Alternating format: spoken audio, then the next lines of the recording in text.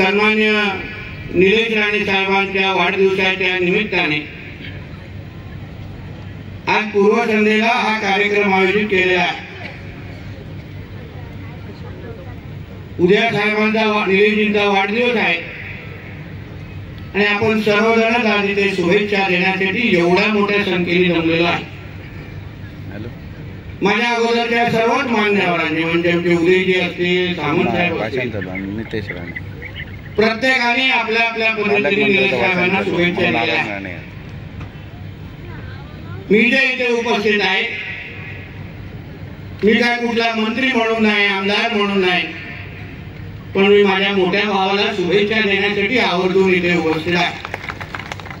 आणि आजचा हा क्षण आणि आजचा हा कार्यक्रम आपल्या सगळ्या जणांना बाहेरून राजकीय दिसला असला तरी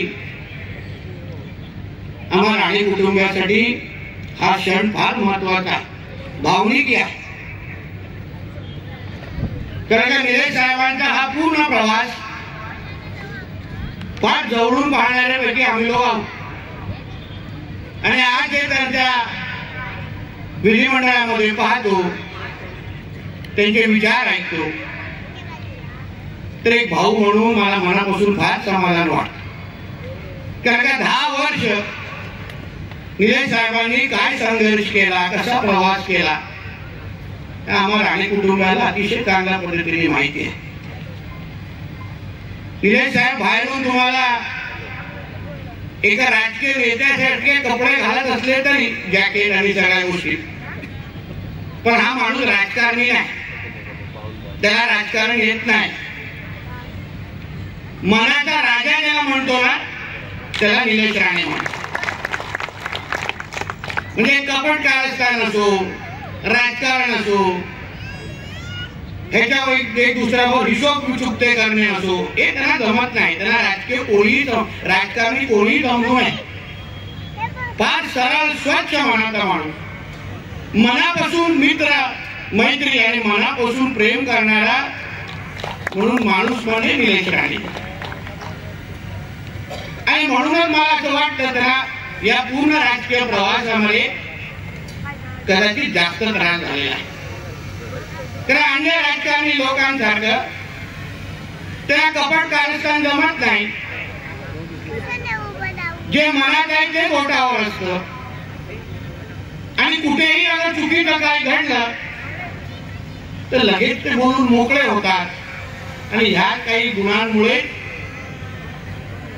त्यांचं नुकसानही झालेलं आहे। म्हणून आज भाऊ म्हणून त्यांना शुभेच्छा देत असताना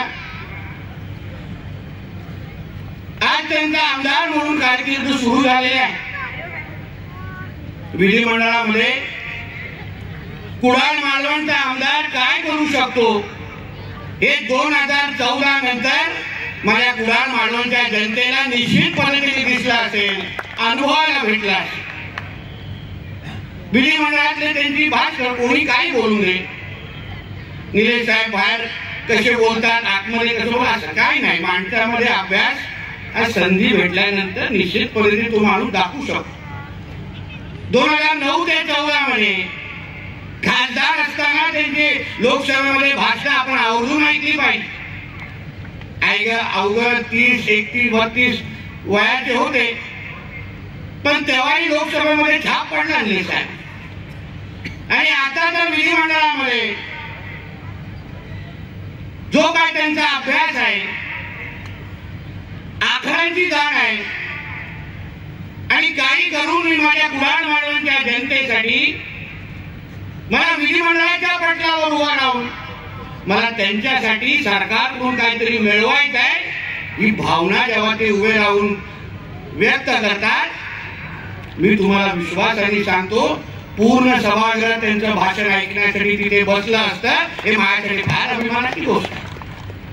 आणि म्हणून मी आवर्जून आपण सगळ्या जणांना, जे काही त्यांचे ओळखणारे लोक आहेत, मित्र आहेत, सहकारी आहेत, आम्ही सगळ्या जणांना जे जे निलेश साहेबांना ओळखतात ना, मला असं वाटतं की आता निलेश साहेबांना आपण सगळ्या जणांनी मागे बघायला जायचं नाही, त्यांनी पुढे बघायचं।